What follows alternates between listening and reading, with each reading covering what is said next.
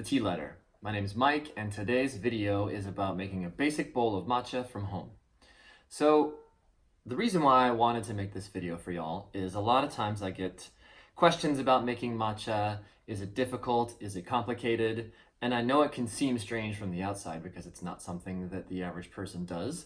But actually, once you sort of understand the process, what goes into it, how to use the tools, it's actually quite simple.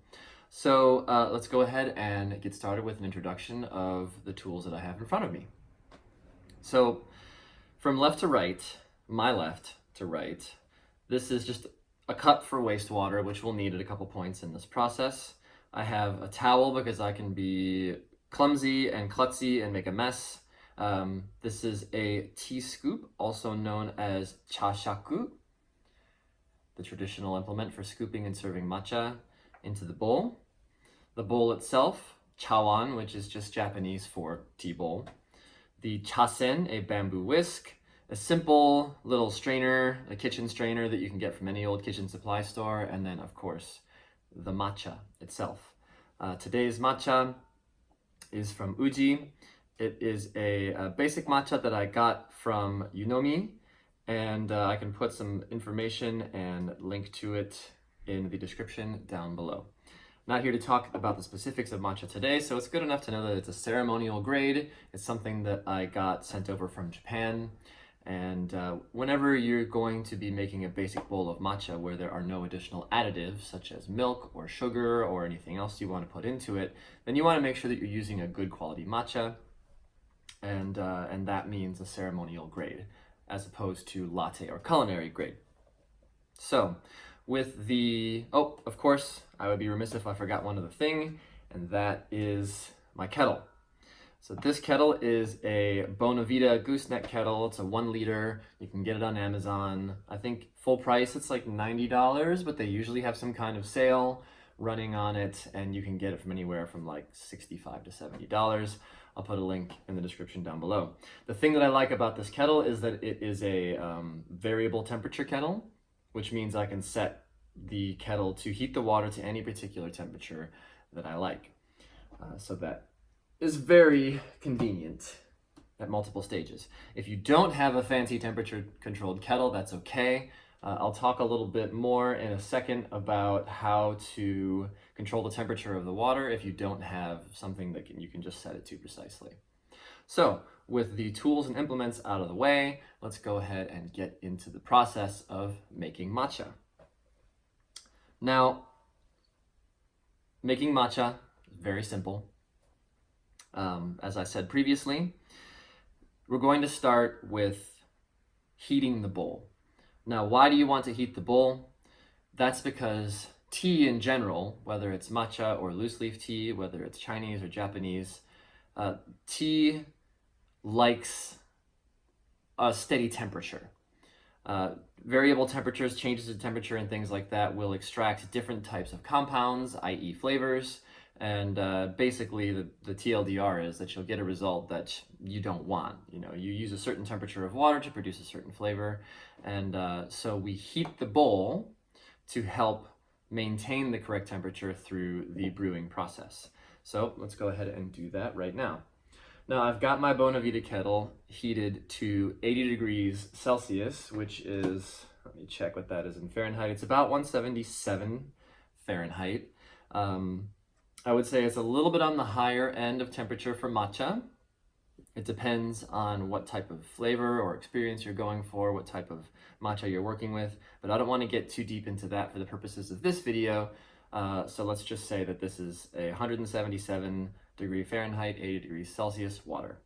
So I'm just going to pour a little bit into the bowl here, like so,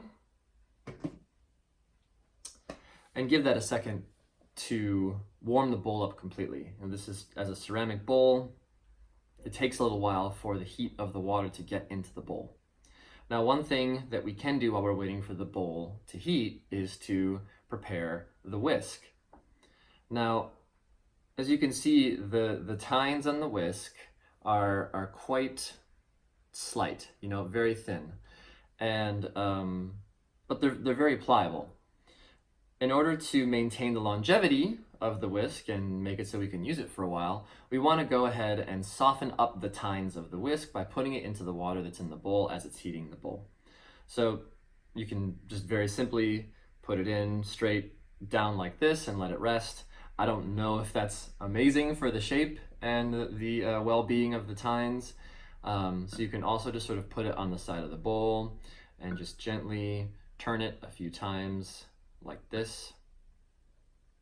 And then you're going to want to do a light, just like a gentle whisk in the bowl. I'm not going to go into the technique for whisking right now. I'll go into it in a second. So just hold the bowl for stability, give it a gentle whisk, and there we go. Now the whisk is prepared. So at this point, our bowl is nice and warmed up. The whisk is prepared. So I'm going to take this water that I do not need, just pour it out. This is the other reason why I have the towel, so that I can dry the bowl. Because matcha being powder and all that, you do not want any moisture in your bowl at all when you put the powder in. Otherwise, the powder will start sticking everywhere and it can cause a mess. So, bowl's warm, chasen is ready. Now it's time to scoop the matcha. So, I've got this strainer here. Why do I have that? The idea is to sift the clumps out of the matcha. The powder is so small that friction will cause, or static rather, will cause the powder to stick together in clumps.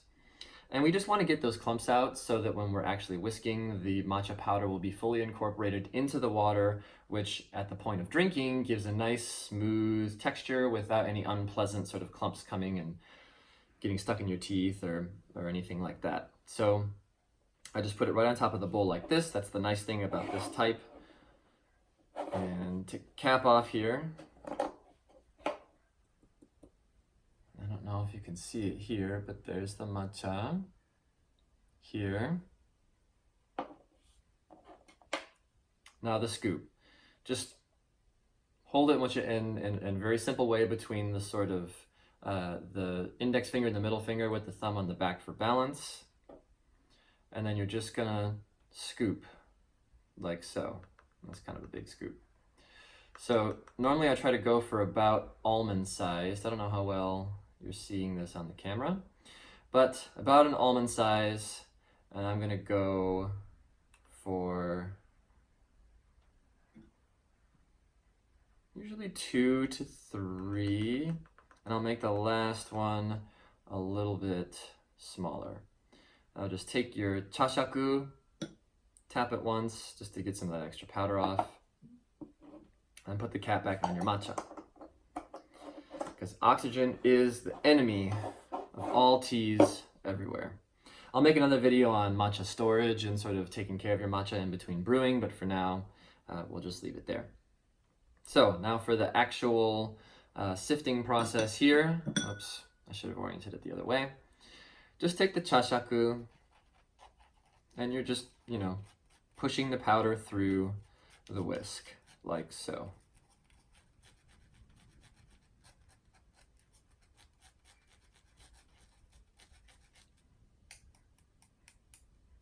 Okay.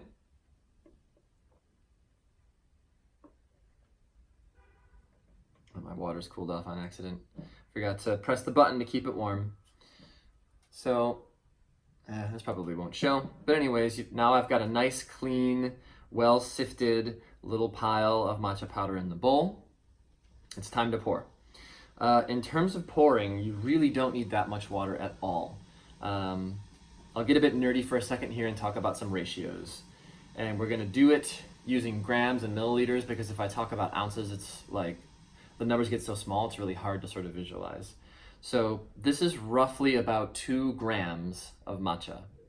2 to 3 reasonably sized scoops on the spoon is about 2 grams of matcha.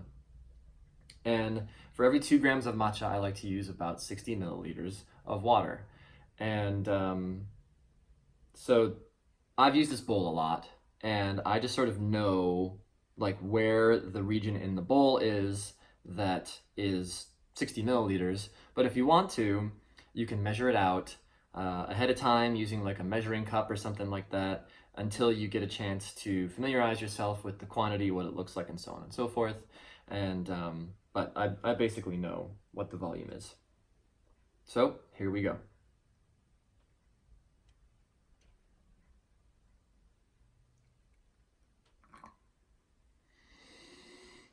Already the aroma of the matcha is just spilling out of the bowl. All right, so let's get moving. Whisking time. Whisk, hold it in your 3 fingers like so, and you're going to whisk in from the wrist without really elbow or shoulder, like so. And you're going to go in like an N or an M shape. When you're whisking, you want to be pretty vigorous at first. That doesn't necessarily mean forceful, but vigorous. And the reason for that is that you want to start by getting all that matcha that's on the bottom of the bowl well incorporated into the water. I usually whisk for about 15 or so seconds, but you'll see the froth, the foam starting to form. Now towards the end here, I'm going to slow it down and lift up the whisk just a little bit, so I'm only really whisking that foam at the top, and give it a little twirl, and there you go. Now, if you've done this correctly, the foam should have very little in terms of like large bubbles. It should be sort of stiff, almost like a meringue. You can kind of like shake the bowl and see that there's some kind of elasticity, like a jello type sort of shake in there. That's how you know that it's done. And this is really important for a few reasons. First of all, getting the foam right shows that you've whisked it properly. When you're whisking with the proper speed and the proper energy, then you'll see the foam start to form. The other reason why this is important, another reason why this is important, is because you're incorporating air into the mixture, and this helps bring out the aromatics, the fragrance, and the scent of the tea. And the last reason why it's important is because aesthetically it's very pleasing to look at when you get the matcha foam just right. It's really nice to look at, and when you're drinking it, you can feel the difference on your lips. The teeny tiny little bubbles in the foam, as they pass through your lips, it creates just this lovely smooth texture that really adds a lot to the drinking experience. So now that we've got our bowl whisked, it's time to drink. Now you can drink in whatever way you like. If you want to be sort of like particular about it, rest the bowl on the palm of one hand like so, plus the other hand on the side, and just raise the bowl to your mouth and drink.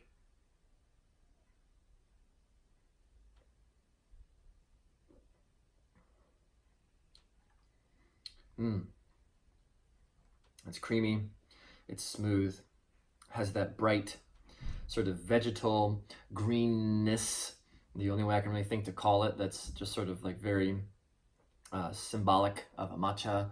But after I drink and I swallow, just a lovely fragrance, sweetness, the umami is all sort of coming out of the throat, washing through my sort of nasal passages here, and it's just wonderful.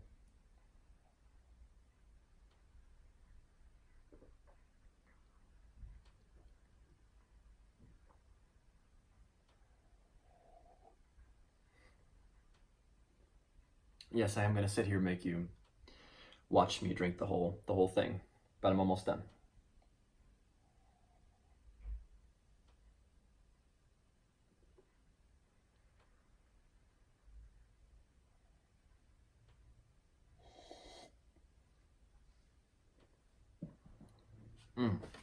There we go. So there's our bowl of matcha. Okay, so I don't recommend that you rush, through the drinking. Take your time. I just wanted to get it done for the sake of the video. But now that it's done, it's time for us to clean our implements. So a very simple process, kind of like the preparation process in reverse a little bit. We'll take, again, water from the kettle, and we're just going to rinse out the bowl. Right, there'll be a good amount of leftover foam. Don't worry about it, that's natural. I just sort of swirl it around to clean it up a bit. And it goes into our wastewater vessel here.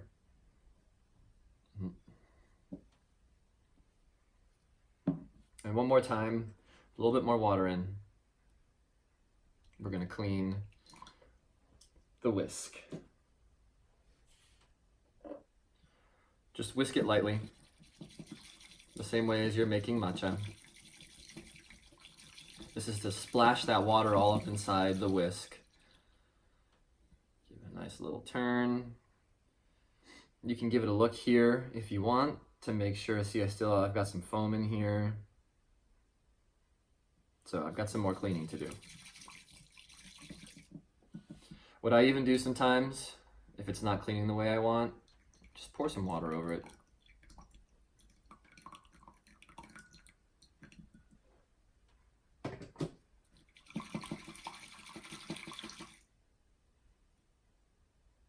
Give it a little tap, get some extra water off, put it down. So the reason why it's important to clean the whisk, well, it's obvious why you need to clean it, because it'll get dirty and nasty over time. But also it's to protect the whisk so you can use it over a longer period of time and to keep it looking nice. You know, you don't want it to be sort of all clotted and covered in green nastiness. Okay, so that's the whisk. And then we'll just once again, oops. See, I told you, I like to make a mess.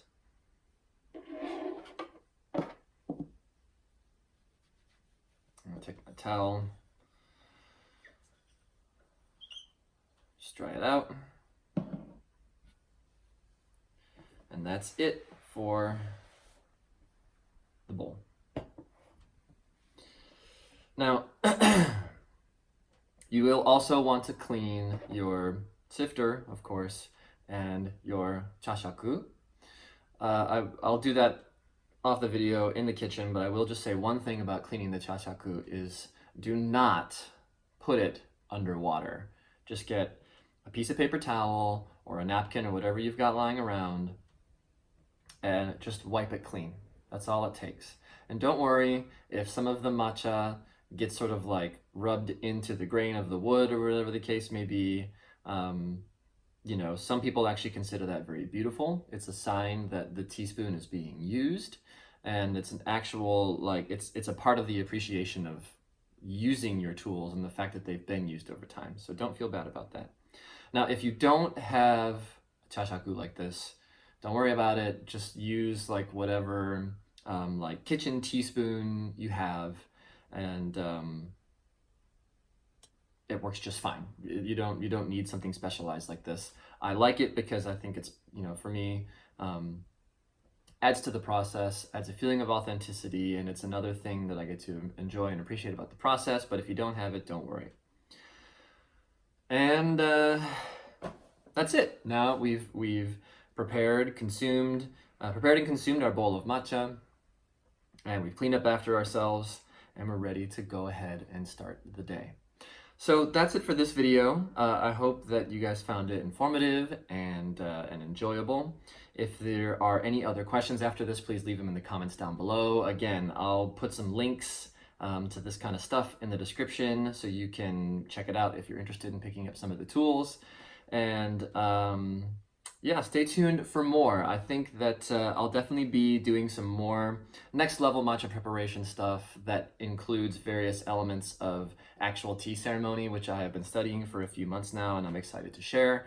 You can find more tea information on my blog at thetealetter.com. Same as the name of the channel. You can find me on Instagram, which is where I usually like to hang out and post pictures, at @thetealetter.